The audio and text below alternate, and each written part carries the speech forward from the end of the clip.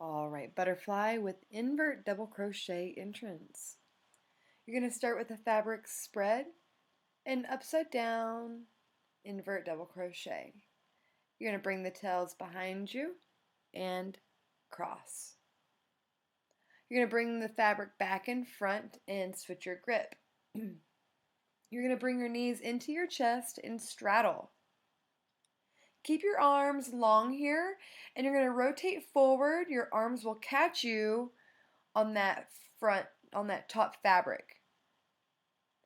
To come up, go ahead and wrap and stick. Grab the top fabric, and you're going to invert, and the cross will come off the back. Alright, let's just see that one more time.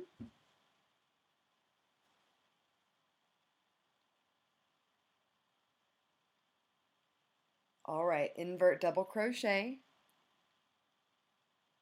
You're going to cross in the back, bring the tails in front, bring the knees in, straddle, rotate in front.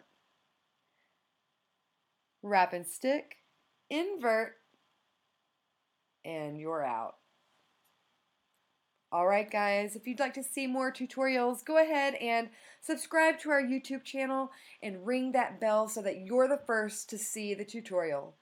We'll see you soon.